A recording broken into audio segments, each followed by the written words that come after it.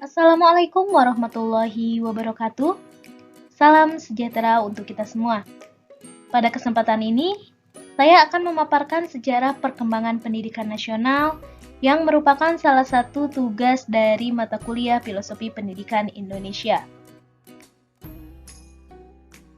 Namun sebelumnya, izinkan saya untuk memperkenalkan diri terlebih dahulu. Nama saya Yuni Fitriani, NPM 23218690452028, merupakan mahasiswi PPG Prajabatan 2023, jurusan Pendidikan Matematika, Universitas Siliwangi.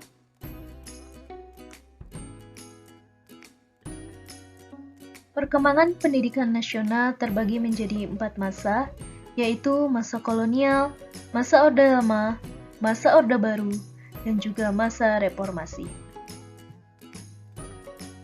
Perkembangan pendidikan Indonesia yang pertama yaitu pada masa kolonial yang dimulai pada tahun 1607 dengan berdirinya sekolah pertama di Ambon yang didirikan oleh VOC.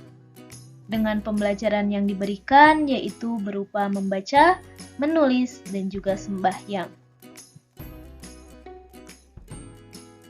10 tahun kemudian, tepatnya pada tahun 1617, berdiri sekolah pertama di Jakarta dengan tujuan menghasilkan tenaga kerja yang andal sehingga dapat dipekerjakan di administrasi dan juga gereja pada pemerintahan. Untuk tahun-tahun selanjutnya, yaitu pada tahun 1854, beberapa bupati menginisiasi atau mendirikan sekolah-sekolah kabupaten dengan tujuan untuk mendidik calon-calon pegawai.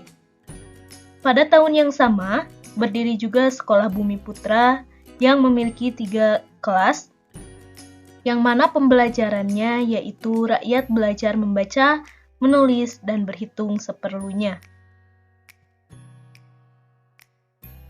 Hingga pada ujung abad ke-18, tepatnya pada tahun 1898, terjadi wabah seperti wabah kolera, wabah pes, wabah kusta yang menyerang hampir 2/3 penduduk Pulau Jawa. Sehingga pada saat itu pemerintah Hindia Belanda memutuskan mendirikan sekolah Stovia untuk menghasilkan dokter-dokter yang berasal dari kalangan pribumi guna membantu mereka dalam mengatasi wabah tersebut. Sementara itu, abad ke-19 menjadi awal kesadaran bangsa Indonesia terhadap pentingnya pendidikan. Hal tersebut dimulai pada tahun 1903, Raden Ajeng Kartini mendirikan sekolah untuk wanita-wanita Jawa yang bertujuan memberikan pendidikan dan keterampilan kepada mereka sehingga dapat mengejar karir dan menjalani kehidupan mandiri. Sekolah tersebut diberi nama Sekolah Kartini. Perjuangan para pahlawan perempuan untuk perkembangan pendidikan dilanjutkan pada tanggal 16 Januari 1904, yang mana pada saat itu Dewi Sartika mendirikan sekolah perempuan pertama di Bandung, yang diberi nama Sekolah Istri, dengan jumlah murid sebanyak 20 orang pada tahun pertamanya.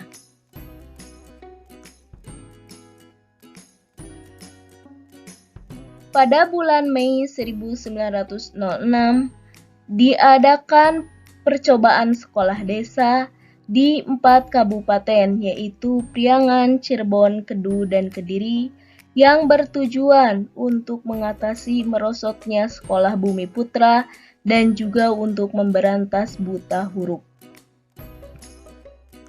Pada tahun 1922, berdiri Taman Siswa yang diprakarsai oleh Ki Hajar Dewantara sebagai gerbang emas dan juga sebagai jiwa rakyat untuk meraih kemerdekaan dan kebebasan berkebudayaan. Perkembangan pendidikan nasional masa selanjutnya yaitu masa Orde Lama, dengan periode yang pertama yaitu pada tahun 1945 sampai 1950. Pada periode ini dinamakan sebagai pendidikan masa perjuangan dengan ciri-ciri adanya dualisme dalam pendidikan. Dalam arti, di beberapa daerah pendidikan dikuasai oleh pemerintah Hindia Belanda, sementara di daerah lain atau di pihak lain pendidikan dikuasai oleh pemerintah negara Republik Indonesia. Adapun pendidikan yang berlaku pada saat itu yaitu sekolah rakyat selama 6 tahun, pendidikan guru, sekolah umum diantaranya sekolah menengah pertama dan sekolah menengah tinggi atau SMT, dan sampai pada sekolah tinggi Republik. Selanjutnya yaitu periode kedua tahun 1950 sampai 1966. Pada periode ini, pendidikan hanya melanjutkan dan mengimplementasikan kebijakan mengenai sistem pendidikan yang telah diatur sedemikian rupa sebelumnya. Perkembangan pendidikan nasional yang selanjutnya yaitu masa Orde Baru dari rentang tahun 1966 sampai 1998. Pada masa Orde Baru ini terjadi era pembangunan pendidikan dengan adanya Impres atau Instruksi Presiden pada pendidikan dasar. Selain itu, pada periode ini atau pada masa ini juga adanya EBTANAS, UMPTN sebagai seleksi intelektual peserta didik. Perkembangan pendidikan nasional yang terakhir yaitu pada masa reformasi, yang mana pada masa ini pendidikan diberikan ruang kebebasan untuk berkembang.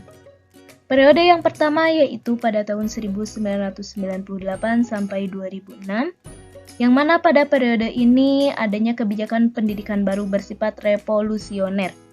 Selain itu, pada periode ini menggunakan kurikulum berbasis kompetensi atau KBK.